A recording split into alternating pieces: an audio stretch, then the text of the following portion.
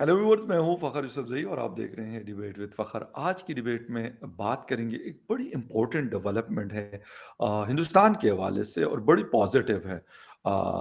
क्या है वो डिटेल में जाएँगे। बिल्कुल 1.2 ट्रिलियन डॉलर का एक प्रोजेक्ट है जो नरेंद्र मोदी जी ने स्टार्ट किया है उसको, और वो कहते हैं कि इसको जल्द से जल्द यानी स्पीडी प्रोसेस के साथ इसको वो कंप्लीट करना चाहते हैं। ये है क्या बेसिकली, और इसको लाने की ज़रूरत क्या पेश आई? इन सारी चीज़ों के ऊपर बात करेंगे। और जो रिसेशन चल रहा है दुनिया में, स्पेशली यूरोप की बात होती है, यूके में बहुत ज़्यादा इन्फ्लेशन है और इकोनॉमी कह लें कि डाउन है। तो अब क्या चीज़ें जो वेस्टर्न कंट्रीज़ में किसी ज़माने में हुआ करती थी, अब वो शिफ्ट होके एशिया में आ रही है और एशिया में फिर हिंदुस्तान में आ रही है। बात करेंगे इन सारे मुद्दों के ऊपर, और बात करने के लिए मुझे जॉइन कर रहे हैं senior political commentator from India, Sumit Peer साहब। Sumit ji, thank you very much for joining the show. Thank you Fakhar भाई, thanks for the invitation sir. Sumit ji, एक तो ये बताइएगा कि ये 1.2 ट्रिलियन डॉलर का जो प्लान है, इट्स अ ह्यूज अमाउंट। मैं ये नहीं कहता कि जी इंडिया के लिए बहुत पैसा है, पाकिस्तान के लिए बहुत पैसा है, बल्कि ये जिस मुल्कों में डॉलर बनता और चलता है, अमेरिका में, उसके लिए भी बहुत बहुत बड़ा पैसा है। क्या है बेसिकली, और ये कैसे शुरू हुआ, और मतलब आइडिया क्या था? मेरे लिए तो बड़ा हैरान-कुन था, मैंने जो आर्टिकल ये पढ़ा है। जी, देखिए फखर भाई, बेसिकली ये जो आप देख रहे हैं, अगर आप हमारे पुराने शोज़ पे जाएँ, आपको वहाँ से कड़ियाँ जोड़नी पड़ेगी। देखिए पहले जी, हमारा प्रोजेक्ट था, आज से 5-7 साल पहले एक शो पे हमने बात भी की थी हल्की-फुल्की, भारतमाला, सागरमाला, और अब इसमें जोड़ा ऑपरेशन गतिशक्ति। ठीक जी, है जी, अब इन 3 चीज़ों को आप जोड़ दें, तो अब इसमें आइडिया क्या है? आइडिया इसका सेंटर पॉइंट है कि हमें एक नया इंफ्रास्ट्रक्चर, एक नए लेवल का इंफ्रास्ट्रक्चर इंडिया में बनाना है। दूसरा जी, ऑब्जेक्टिव, जो प्रोजेक्ट्स यहाँ डिले हो रहे हैं। देखिए प्रोजेक्ट डिले होता तो कॉस्ट ओवररन हो जाता, कॉस्ट ओवररन हो जाता तो वायबिलिटी प्रोजेक्ट की खटाई भी बढ़ जाती है, प्रॉफिटेबिलिटी घट जाती है। नॉर्मल मैथमेटिक्स है, इकोनॉमिक्स है, हर कोई जानता है। अगर हम प्रोजेक्टों को टाइम पे कंप्लीट करें, ज़्यादा से ज़्यादा प्रोजेक्टों को करें, और जो हमारे में गुड्स हैं, चीज़ें हैं, इनको हम इम्प्रूव करें। अभी जो हम आज से 7 साल बाद जो हमारा एक्सपोर्ट है, we are targeting 2.5 times more from sea route. क्योंकि अल्टीमेटली अगर आपको एक्सपोर्ट ओरिएंटेड इकोनॉमी बनना है, आपको अपने जो पोर्ट्स हैं, उनको बेहतर करना पड़ेगा। हमारे पास कहीं 100 पोर्ट्स हैं अभी, और उनको हम और बेहतर कर रहे हैं और पोर्ट बना रहे हैं। अब देखिए इतना बड़ा सी लाइन है हमारा, राइट? यहाँ अरबियन ओशन में ये अरबियन सी में है, यहाँ हम इंडो पैसिफिक की अगर हम बात करें या इंडियन ओशन की बात करें, दोनों साइड हमारे हैं, राइट? तो हमारा जो सी का फ्रंटियर है बहुत बड़ा है, और हम सिल्क रूट पे भी बैठे हैं। जी, अगर आप देखें, तो हमारे पास अपॉर्चुनिटी बहुत बड़ी है। तो पहला ऑब्जेक्टिव है 2.5 टाइम्स हमें अपना ट्रेड जो है वो एनहांस करना है, राइट? जी, ये पहला ऑब्जेक्टिव। हमें अपने सी पोर्ट्स डेवलप करने हैं। सी पोर्ट्स के साथ हमें डेडिकेटेड फ्रेट कॉरिडोर्स, जिन पे केवल माल चलेगा, high speed train networks, cold storage, storage facilities पूरा, और फिर इंडस्ट्रियल एरियाज इनके आसपास, फिर इनके आसपास एयरपोर्ट्स। तो एक बहुत बड़ा मैसिव डेवलपमेंट है। आइडिया क्या है? देखिए अगर आप आज सिंगापुर की बात करें, तो सिंगापुर कहता था जी वी हैव प्राइड, हम 3 घंटे में अगर आपकी शिपमेंट कोई सिंगापुर में लैंड करती है तो 3 घंटे में वो क्लियर होकर बाहर आती है। ये उनका एक यूएसपी था। और Changi is one of the busiest ports in the world, शायद अब है या नहीं है, बट कुछ टायर पहले तक जहां तक मैंने देखा, it was the busiest sea ports in the world because they had this speed. Right, अब फकर में अगर छोटा सा सिंगापुर स्पीड ला सकता तो बड़ा इंडिया तो कभी भी ला सकता है। तो ऐसा कुछ तो है नहीं। स्पीड लाने में क्या, आपको सिस्टम प्रोसीजर दुरुस्त करने, ऑटोमेशन लानी है। तो यही चीज की है इसमें। हमने एक और चीज क्या किया एडिशन, 16 या, मिनिस्ट्रियों ने मिलके एक इसके एक पोर्टल बनाएंगे। जी, हम हमेशा से गवर्नमेंट ऑफ इंडिया से, मैं पर्सनली कई डिबेट्स में नेशनल डिबेट डिमांड कर चुका हूँ, सिंगल विंडो क्लियरेंस। देखिए जी, चाइना से कंपनियों को निकलना है, अब उनके पास वियतनाम भी है, बांग्लादेश भी, और भी ऑप्शन है। जी, बट वाइबल ऑप्शन क्या, वाइबल ऑप्शन होती है फखर भाई, जहां आपको जमीन मिले, लेबर कॉस्ट सस्ती हो, स्किल्ड अनस्किल्ड लेबर दोनों मिले, जी, आपको एयरपोर्ट मिले, आपको फ्रेट कॉरिडोर मिले, आपको स्टोरेज मिले, आपको रॉ मटेरियल मिले, और आपको मार्केट भी मिले। हम मार्केट भी तो है ना किसी के लिए। तो बिल्कुल, ये 8, और आपके पास एक डेमोक्रेटिकली इलेक्टेड गवर्नमेंट हो। ऐसा ना चाइना की तरह आपका ये आईपीआर चुला रहे हैं, कल बोले कौन सा आईपीआर, ये तो हमारा है, हाँ ये तो हमारा प्रोडक्ट है। तो जी, ये जो 10-12 चीजें जो मैंने आपको गिनाई, अगर इनका एक एमलगमेशन देखे, इनका एक रेडीमेड ऑप्शन देखे एशिया में, तो सीधा सीधा इंडिया आता है, क्योंकि चाइना अब गेम से बाहर आ जा चुका है। हम इस अपॉर्चुनिटी को सेंस कर रहे हैं, तो इसीलिए 16 मिनिस्ट्रियों का सिंगल क्लियरेंस विंडो। इसमें क्या है, आपने एक अर्जी डाली किसी चीज के लिए, मुझे कारखाना लगाना, मुझे कुछ करना है, जी। तो सारा आप एक जगह डालेंगे, वहीं से सारा क्लियरेंस होगा, हर मिनिस्ट्री आपको वहीं से क्लियर करती जाएगी। मान लीजिए कोई फाइल फखर यूसुफजई के पास किसी मिनिस्ट्री में रुकी है, जी। तो आपके पास 3 दिन या 7 दिन का टाइम है इसे क्लियर करने का, मतलब जो भी है। अगर आप क्लियर नहीं करेंगे, पहले सिस्टम में दिखेगा ये फाइल यहाँ रुकी पड़ी, और आपको रीजन देना पड़ेगा पब्लिकली कि ये फाइल मैंने क्यों रोकी। ये नहीं कि आप फाइल के अंदर कुछ लिख देंगे, आपको पब्लिकली बोलना पड़ेगा ये कारण के मैंने फाइल रोकी, और अगर आप मुझे ये दे दो तो मैं ये अप्रूव कर दूंगा, काइंडली ये चीजें सबमिट करो, मैं अप्रूव कर दूंगा। ठीक है। तो अब इसका क्या है कि जो भी फॉरेन इन्वेस्टर्स आए उनको हम एक जगह सिंगल विंडो क्लियरेंस दे, ताकि ज्यादा से ज्यादा बिजनेस यहाँ आए। और ये ना हो कि वो मिनिस्ट्रियों के चक्कर में फंसता रहे कि नहीं आप एनवायरमेंट वालों से क्लियरेंस लाओ, वो बोलेंगे नहीं नहीं बिल्कुल। एनवायरनमेंट तो ठीक है जी, आप एनसीएलटी से क्लियरेंस लाओ, वो बोलता आप एनवायरनमेंट मिनिस्ट्री के पास जाओ, वो पता नहीं नहीं फाइनेंस मिनिस्ट्री पहले आपका बजट पारित करे। जी। ये टिपिकल जो रेड टेपिज्म जिसे कहता है, इस सबको बंद करके, इसको खत्म करके एक ट्रांसपेरेंट डिजिटल बेस्ड सिस्टम बनाना है। तो दो चीजें यहाँ पे, फ्रेट रोड्स, इंफ्रा, पोर्ट्स, ये सब डेवलप करना है, क्योंकि और यहाँ पे एक सिंगल विंडो क्लियरेंस करनी। इन सब के साथ what are we offering, we are offering a package. ये हमारा इंफ्रा है, दिस इज आवर जी। Speed, speed is everything.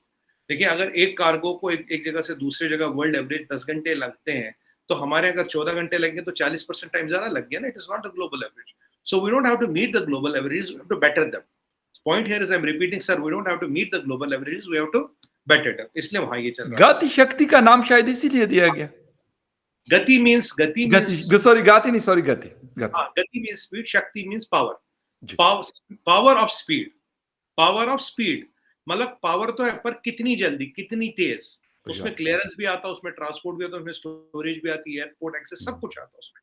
Dedicated freight corridors ये सब आते हैं। अगर आप अब सेमीकंडक्टर की बात करें फकर भाई, हुँ। कई बार आपके शो में बात कर चुका हूँ। हाँ, बिल्कुल। सेमीकंडक्टर का जैसे मैंने बताया था, एक बहुत बड़ा प्लॉट कटता है सेमीकंडक्टर कारखाने के लिए। कम से कम कोई भी सेमीकंडक्टर कारखाना $20 बिलियन से लेकर 50 बिलियन तक लगता है। 120 बिलियन डॉलर तक का एक कारखाना लगता है। 20 के नीचे आप भूल जाओ, सेमीकंडक्टर नहीं लगा सकते। जो एक 50 बिलियन का कारखाना होता है उसमें 1 लाख लोग काम करते हैं सर। उसमें ओके। अल्ट्रा प्योर आपको एयर चाहिए, आपको इनर्ट गैसेस चाहिए, आपको डस्ट फ्री एनवायरनमेंट चाहिए, आपको चिप्स को स्टोरेज करने की फैसिलिटी चाहिए, डिजाइन चाहिए, टेस्टिंग चाहिए, और फिर आपको ट्रांसपोर्ट चाहिए, क्योंकि चिप्स एक स्पेशल कंडीशन में ट्रांसपोर्ट होती है। मतलब ये ओके। मैगी नहीं है, या मतलब नेस्कैफे की बोतल बिल्कुल। गत्ते के डब्बे में डाल दो और रेलगाड़ी पे चढ़ा दो। दे नीड अगेन सही। Very special protocols of transporting, so you have to be very near to the major airport जहां आपकी दुनिया भर की ओके। कनेक्टिविटी हो। तो अब इसके लिए ये कोई जो हमारा जो अभी एग्जिस्टिंग प्लॉट कटते हैं इंडस्ट्रियल के लिए, वो नॉर्मल इंडस्ट्री के लिए कटते हैं। बट अगर आपको इस तरह का काम करना, तो इसमें एक नया इंफ्रा चाहिए। इसीलिए हमने 13 से 23 बिलियन डॉलर पीछे लगाए थे, करीब 7, 8, 10 महीने पहले हमने अनाउंस किया जी। था। हमने शायद इस पर बात भी की थी। 13 से 23 बिलियन डॉलर हमने लगाए इस सब चीज को लगाने। अब ओके। ये जो हम चीज कर रहे हैं, ये है वो सेमीकंडक्टर। ऐसे ही हम हर जगह कर रहे हो। इनको जब मैं अमेलगमेट करूं, इनको एक पैकेजिंग में डालूं, तो इसको बोला हमने गति शक्ति। और ये बहुत बड़ा प्रोजेक्ट है जो हम लगा रहे हैं। And the idea is to attract business from China and everywhere. मैं खुल के बोलूंगा, कोई शर्म लिहाज की बात नहीं। फॉर व्हेन हुँ। Business going out of the China, we should be the most viable alternate. ये नहीं कि आप हमारे यहाँ बेचे, आपके पास ऑप्शन नहीं है। ऑप्शन वाली बात अलग है फकर भाई, we should be also the most viable alternate. ये हमारा आइडिया है, और एक वर्ल्ड राइट। क्लास अच्छा, सुमित जी एक चीज़ और है, एक तो चाइना वाला फैक्टर है कि चाइना से लोगों को उठाया जाए और मतलब उनकी जो इन्वेस्टमेंट वहाँ पे भी बिलियन ऑफ डॉलर्स के इन्वेस्टमेंट लगी हुई है, ये है।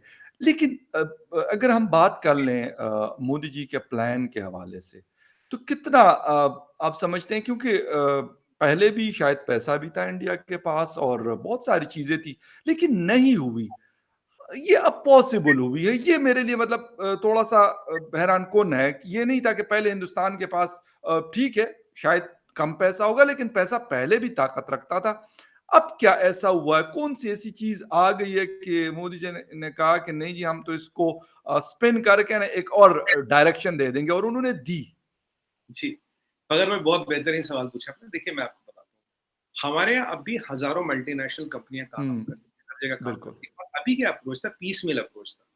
कोई पंजाब में दुकान लगा रहा है, कोई गुजरात जा रहा है, कोई महाराष्ट्र जा रहा है, कोई तमिलनाडु जा रहा है, कोई नोएडा आ रहा है, और कोई गुड़गांव जा रहा है, कोई हैदराबाद जा रहा है। ऐसे था, मतलब जिसको जहां कुछ ऑप्शन मिल गया वो आ गया। पर इससे क्या होगा ना, इससे आप इन्वेस्टमेंट के पॉकेट्स बनाओगे, पॉकेट्स ऑफ हुँ, इन्वेस्टमेंट। जी। कभी हम जैसे गुड़गांव में हम कहते हैं साइबर सिटी है, हम कहते हैं हैदराबाद में हाईटेक सिटी, ऐसे हमारे कई सारे, बैंगलोर में जी हमारा व्हाइट फील्ड एरिया में बहुत बड़ी कंपनी है। बट ये पॉकेट्स है, बट अगर हमें चाइना को मात करना, अगर चाइना को गिराना है, चाइना से धंधा खींचना है, एस्टेब्लिश बिजनेस को निकालना, बिकॉज दुनिया चाहती है डिलिंकिंग ऑफ सप्लाई चेन। हम नहीं कहते दुनिया की मंशा ये, तो अब उस लेवल का इंफ्रास्ट्रक्चर पूरे देश में बनाना है। अब एक नेशनल थिंकिंग, नेशनल स्ट्रैटेजी की जरूरत है। देखिए, पहले मैं बताऊं, गुड़गांव की बात करें, हम आपने नाम सुना होगा, गुड़गांव की शुरुआत जी, कहां जी। से हुई? यहाँ मारुति का कारखाना लगा था पहले। मारुति के कारखाने से गुड़गांव आज एक मेट्रोपॉलिटन शहर है, बहुत शानदार शहर है ये। शुरुआत एक मारुति के कारखाने ने की थी, तब तक कुछ खास यहाँ था नहीं। जी, अब आप देखिए, आपने अमूल सुना होगा, अमूल बटर वगैरह, घी, दूध सब जी, आता है जी। इंडिया में। अमूल अमूल से बना शहर आनंद, आनंद का नाम यानी अमूल, गुड़गांव यानी मारुति। तो ये जो दो सक्सेस स्टोरीज बनी, ये दो बड़े सक्सेसफुल कारखाने या बहुत बड़े कारखाने लगने से हुई। बट तब क्या होगा फकर भाई, ये आपकी मशरूमिंग ऑफ डेवलपमेंट होगी। जैसे मशरूम निकलते हैं, कोई इधर निकला, कोई इधर निकला, कोई इधर निकला। जी, जी। बट अगर आपको मशरूमों की फार्मिंग करनी है, तब you can not have mushrooming of development. तब आपको वैसी जमीन तैयार करनी पड़ेगी, वैसा सिस्टम बनाना पड़ेगा ताकि मशरूम लाइन्स हो। हुँ, क्योंकि अगर आपको मशरूमों की फार्मिंग करनी है और उनको बेचना, तो mushrooms have to grow in lines and bunches and millions. तो ये एक नेशनल लेवल की सोच है, how to make not a state, not a town, not a कस्बा, but India as the manufacturing hub of the world. और आपको यही याद होगा, यही मोदी जी ने एससीओ में कहा था जी जिनपिंग को, हुँ। India will be the manufacturing hub of the world. या अब पहले कहने की बातें होती थी। अब जब 4-5 साल पहले मोदी जी ने कहा कम मेक इन इंडिया, तो लोगों ने थोड़ा मज़ाक भी उड़ाया है। हमारे अपोजिशन ने, भाई क्या हो रहा है ये है, वो शेयर के अंदर वो जो चक्रियाँ चल रही है। अब 3-4 चीज़ें बताऊँ।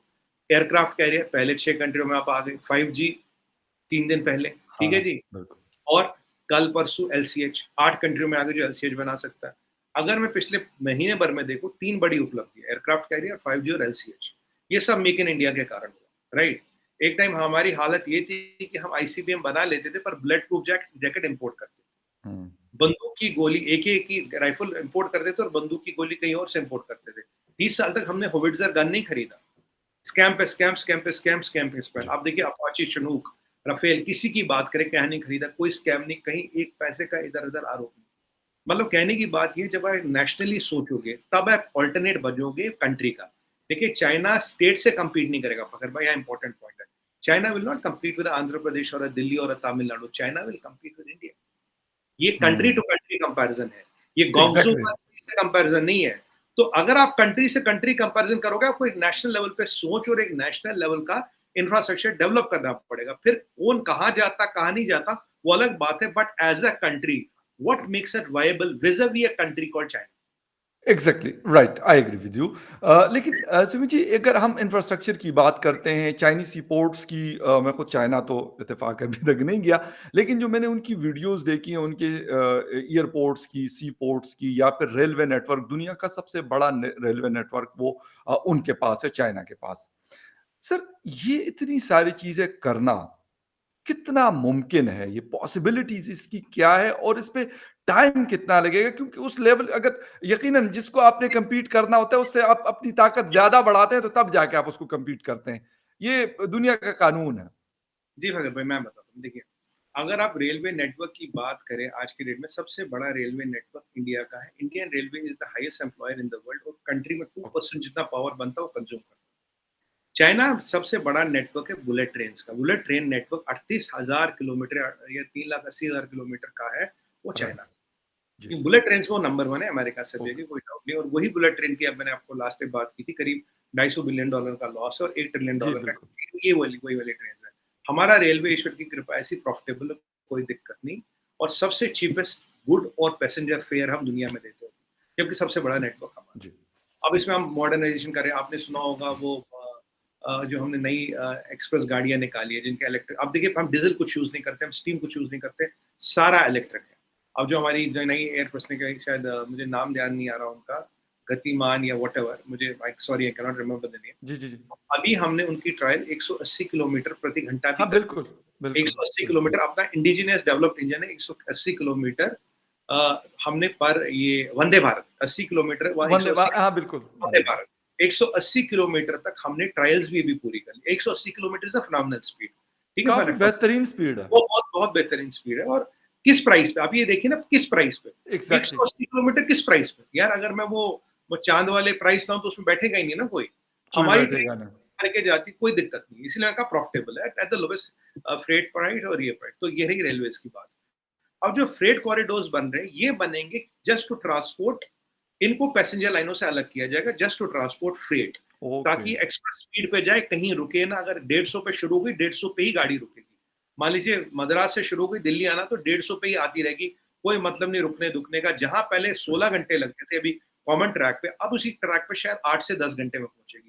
ये जो ओके। एक गाड़ी 6 से 8 घंटे बचेगी, कितना डीजल, कितना टाइम और कितना कॉस्ट बचा। बिल्कुल। हजारों लाखों गाड़ियों से इसे मल्टीप्लाई कीजिए, आपको कॉस्ट और इसका इम्पैक्ट मिल जाएगा। ये हो जी। गया एक रेलवे की बात। राइट। अब देखिए भारतमाला और सागरमाला क्या है। भारतमाला और सागरमाला में रोड्स, रेलवेज और ये सब चीजें बनाया। सागरमाला स्पेशली है पोर्ट्स को डेवलप करना, पोर्ट्स की कैपेसिटी बढ़ाना, पोर्ट्स में क्रेन्स बनाना, नए पोर्ट डेवलप करना। That is work in progress, ये हो रहा है। ये करीब 5 साल पहले शुरू हुआ था। This is already work in progress. करीब इसका 30-40% काम हो गया। तब हमने इस विजन से शुरू किया था, हमें अपना एक्सपोर्ट 2.5 गुना करना है आने वाले 2-3 सालों में, 5 साल पहले, बाय नेक्स्ट 8 इयर्स। तो आने वाले जी। 3 सालों में we have to double our exports 2.5 times. इसीलिए इस प्रोजेक्ट को बनाया था। अगर आपको एक्सपोर्ट डेवलप करना, आपकी बात बिल्कुल सही है, आपको सी पोर्ट चाहिए और आपको फास्ट सी पोर्ट चाहिए, आपको रोबस्ट सी बिल्कुल। पोर्ट चाहिए, मदरशिप डॉक होने चाहिए। पर हमारे यहाँ मदरशिप डॉक होने में कहीं कोई दिक्कत नहीं, दुनिया भर के पोर्ट है। फखर भाई, आप सी लाइन को देखिए, आप चांगी को देखिए, सिंगापुर को 25/40 का जजीरा है, 25/40। वहां एक चांगी पोर्ट है जो उनका सबसे ज्यादा रेवेन्यू अर्नर है, एक पोर्ट। हमारी सी लाइन देखिए, कितने ऐसे पोर्ट हम खड़े कर सकते हैं, कितनी ऐसी जगह हम बना सकते हैं, और हम भी सिल्क रूट पे, वो भी सिल्क रूट पे। तो अगर लॉन्ग रन में we will able to give economies of scale, हम डॉकिंग फैसिलिटी भी ले सकते हैं लोगों को, जो सिंगापुर नहीं देख पाता। आप चांगी पे ज्यादा दिन सही। आया, ज्यादा देर तक अपना जहाज डॉक नहीं कर पाते, बहुत बिजी पोर्ट है। तो हमने ये सब चीजें, ये is already work in progress. But और क्या हुआ, सिंगापुर इतना छोटा सा, सिंगापुर में अपनी मैन्युफैक्चरिंग नहीं होती, केवल आदान प्रदान, इट्स अ ट्रेडिंग हब। यहाँ मैन्युफैक्चरिंग कर लो, यहाँ ट्रेडिंग कर लो। आपको पता है, जब टोयोटा पहला अपना कारखाना लगा रहा था, ऑप्शन थी बांग्लादेश और इंडिया। बांग्लादेश में टोयोटा गया, इंडिया भी है, हुँ। पर बांग्लादेश की दिक्कत आपको पता होगी, जो ढाका है, ढाका में मदरशिप डॉक नहीं होती। ढाका से कुछ किलोमीटर दूर करना पड़ता है। ढाका में एक करंट आती है, वो 7 nautical mile takes you out from the port. तो अगर आपको शिप को 24 घंटे स्टार्ट रखना पड़ता है, ऐसे ऐसे नहीं तो करंट आपको बाहर नहीं, हुँ। आपको ऐसे रखना ही पड़ता है मतलब, ताकि उस करंट को ये बैलेंस कर पाए। मदरशिप नहीं आ पाती। तो Toyota did not go to Dhaka because because of these reasons. जबकि ये ओके। प्रॉब्लम हमारे यहाँ कहीं पे भी कुछ नहीं है। तो हम पोर्ट्स भी बना रहे हैं, हम रेलवे भी बना रहे हैं, हम कॉरिडोर भी बना रहे हैं, हमारे पास विजन भी, कोल्ड स्टोरेज चाहिए, स्टोरेज फैसिलिटी चाहिए, राइट, एयरपोर्ट चाहिए, ये सब इसी चीज के अंडर बन रहा है। Right. Idea to reduce time and increase efficiency. Right. अच्छा, सुमित जी, अब बात हो रही है, मतलब हम बिज़नेस एंड ट्रेड की बात कर रहे हैं और उसमें चाइना एक मैन्युफैक्चरिंग हब के तौर पे जाना-माना जाता रहा है। अभी तक पिछले 10-20 सालों से तो हम देखते हैं चाइना ही है। लेकिन जी, यूरोपियन कंट्रीज़, जिसमें यूके भी है और बाकी भी बहुत सारे ममालिक हैं, उन्होंने भी टेक्नोलॉजीज़ में और इन सारी चीज़ों में बहुत आगे रहे हैं। और अब पाकिस्तान जैसे, हिंदुस्तान जैसे और बहुत सारे कंट्रीज़ उनकी टेक्नोलॉजीज़ यूज़ करते हैं, अच्छी टेक्नोलॉजीज़ हैं। इस वक़्त उनके ऊपर एक रिसेशन चल रही है, यूक्रेन वॉर की वजह से भी और कोविड की वजह से भी। यूके में बहुत ज़्यादा इन्फ्लेशन है। आपको क्या लगता है कि अब वहाँ से भी जो लोग, पहले ये प्रायोरिटी होती थी इवन एशियंस की कि यार वहाँ पे जाके पैसा लगाया जाए, शायद उसकी वो ज़्यादा मतलब बेहतर जगह होती थी। लेकिन अब आपको लगता है कि वहाँ से भी लोग अब उठ के इन रीजन्स में आएँगे अगर यहाँ पे स्टेबिलिटी आती है? ये एक बड़ा मेन फैक्टर होता है। और टेररिज्म वगैरह अगर ये चीज़ें ना हो, तो मेरे ख्याल में ये बेस्ट रीजन हो सकते हैं। लेबर के लिहाज से तो ये कम से कम बहुत अच्छा है। अगर वो केवल लेबर के लिहाज से नहीं है, हर लिहाज से ये रीजन में बहुत दम है। यहाँ जी। की दिक्कतें दो, बहुत सही कहा आपने, एक टेररिज्म और चाइना। अगर इस टेररिज्म और चाइना को निकाल दो, एशिया की सेंचुरी आने वाली थी। इसको रोकने वाला चाइना, मैं आपके शो में पहले भी कह चुका जी, हूँ। बिल्कुल। It was Asian century, but इसको रोकने वाला चाइना। चाइना ने एशिया का जी। जो चांस था वो खत्म कर दिया। अब जो प्रधानमंत्री जी ने कहा था कुछ दिन पहले, बोला था it's not a decade of India, it's the century of India. क्योंकि वो राइट। अपॉर्चुनिटी हमारे पास आ गई। आपने अपने मतलब यू हैव, भाई आपने अपनी भरी हुई थाली पे खुद लात मारी, हम क्या करें? आप दुनिया में वायरस बनाओ, आप दुनिया के डाटा चुराओ, ये करो वो करो। तो देखिए ऐसे तो काम होता नहीं ना। क्या हुँ। देखिए, व्यापार में लड़ाई नहीं होती, व्यापार में प्यार होता है। अगर आपको बिजनेस करना है तो प्यार से करना, लड़ाई करके नहीं कर सकते। मैं नहीं आपके कर घर में सकते। मेहमान आके आपके घर से मतलब आपकी घड़ी नहीं चुरा सकता। ये सभ्यता नहीं है, ये चीज नहीं चलेगी। बिल्कुल सही कह रहे हैं, एक आध बिल्कुल। बार कर लूंगा तो दूसरी बार नहीं कर पाऊंगा। बिल्कुल अब ठीक। यहाँ पे क्या हम चले, देखिए यूके की अभी जो हालत है फकर भाई, मैं साइप्रस में काम करता था और मेरा जी, सीईओ था, वो ग्रीक था, उसका नाम था जी, एंजेलोस। जी। एंजेलोस हमेशा मुझे एक बात कहता था, ये 2004 की बात है। उसने मुझे, मैं तब तो काफ़ी यंग था, तो उससे मुझे बोला बोला कि जी। उसने मुझे बोलता बोला बोला वो लंदन में पला-बड़ा। तो वो बड़ा इनको यूरोप लंदन को बहुत गालियाँ देता है। मैंने एक दिन पूछा मैं भाई गाली क्यों देता है इनको? कहता यू नो सुमित व्हाट? कहता they rob the whole world and build London, they never work to build London. सीधा कहता। ओह! कहता Americans worked hard to build America, they rob the whole world to build London, they never work to build London and this London will fall. और ये भी कहता था this London will fall. आज की परिस्थिति देखिए देखिए, अगर आपके पास 1,20,000 पाउंड की तनख्वाह, 45% तो टैक्स है फखर भाई, 45% पहली बात, ठीक है जी। बिजली का कॉस्ट और एनर्जी का कॉस्ट यूरोप में 5 से 10 गुना जा रहा है, और हम आपके शो पे डिस्कस कर चुके थे कि अक्टूबर तक यूरोप रिसेशन में आएगा। 5 दिन पहले एस&पी की रेटिंग देख लीजिए। एस&पी इज अ ग्लोबल एजेंसी, उन्होंने बोला UK is already in recession sir. पहले सुमित पीर कहता था कोई नहीं मानता था, एस&पी ने बोल दिया UK is already in recession, ठीक है। यूके का जो फेडरल बैंक है उसने आधा परसेंट इंटरेस्ट बढ़ा दिया, 3.5% यूके में इंटरेस्ट है, 3.5% ऑल टाइम हाई। आपको पता है इन्फ्लेशन कितनी? इन्फ्लेशन 10.2%, 10.2%। और जो ये मैडम लिज ट्रस आई थी, इन्होंने बोला था जी मैं सुपर रिच का टैक्स घटा दूंगी, ये घटा दूंगी, कल मना कर दिया कोई टैक्स वैक्स नहीं घट रहा। परिस्थिति ये है कि आप रिसेशन में हो। इकोनॉमिक आउटलुक देखिए, लास्ट 2 क्वार्टर्स की बात करूं, 0.3 और 0.6% ग्रोथ है। 0.3 0.3 और 0.6% ग्रोथ है, जब हमने 13.5% किया था। हम उनको 250-300 बिलियन से पीछे छोड़ गए। उनका जो इकोनॉमिक आउटलुक इस पूरे साल का बचा है, शायद 1-1.5% बचा है। 1-1.5% बढ़ लिए, नहीं तो वो भी नहीं बढ़ेंगे। जी। इन्फ्लेशन पीक पे। अब गवर्नमेंट क्या कहती है कि हम स्पेंडिंग करेंगे उधार लेके। मैं कह रहा हूँ भाई तुम काहे को अपने पैर पे कुल्हाड़ी मांग रहे हो? इन्फ्लेशन इतनी हाई है, तुम इंटरेस्ट रेट बढ़ा रहे हो और क्या कह रहे हो? हम मनी लेंगे and use that money and will spend that money to increase demand. It is a dead concept economics. मतलब आप कह रहे हो कि मैं गाड़ी जाके पहाड़ से टकराऊंगा, देखूंगा एयरबैग खुलते हैं नहीं खुलते। तो मतलब ये वाली बात है। मतलब ज़बरदस्त, बिल्कुल। It's an absurd concept of, मैं पता नहीं कौन इन्हें इकोनॉमिक्स का पहाड़ लेसन पढ़ा देता है। आपकी प्रॉब्लम ये है, आपके मिनिमम वेजेस बहुत हाई है, आपके वाह! पेंशन बेनिफिट्स बहुत हाई है, आपके आपके हर बेनिफिट्स बहुत हाई है। फखर भाई, जिस कौम में, सही बताऊं आपको, जिस कौम में जब ये फितरत बन जाती है मैं कम से कम काम करूं और ज्यादा से ज्यादा पैसे मिले, उसका समझिए विनाश निश्चित है। अगर आपको ज्यादा से ज्यादा पैसे चाहिए तो आपको ज्यादा से ज्यादा काम भी करना पड़ेगा, ये आपको तैयार रहना पड़ेगा। कल को मैं सोचूं यार मैं 3 घंटे काम करूं और मैं 5 गुना कमाऊं, कुछ साल तक, कुछ महीनों तक चलेगा, अल्टीमेटली वो कंट्री ही बैठ जाती है। बिल्कुल। यूके का यही हाल हो रहा है। यूके हैज टू गेट, वो कहते हैं ना इंग्लिश में, they have to get their ass moving and working. अगर हुँ। उनको इससे निकलना, उन्हें काम करना पड़ेगा। देखिए, अब आपके पास टेक्नोलॉजी है नहीं, और अब इंडिया की बात करें, इंडिया, आपको पता थर्ड बिगेस्ट इन्वेस्टर कौन है यूके में? हुँ, थर्ड बिगेस्ट हुँ। Investor is India. थर्ड ज़बरदस्त, बिगेस्ट इन्वेस्टर इन यूके ज़बरदस्त। Is India sir.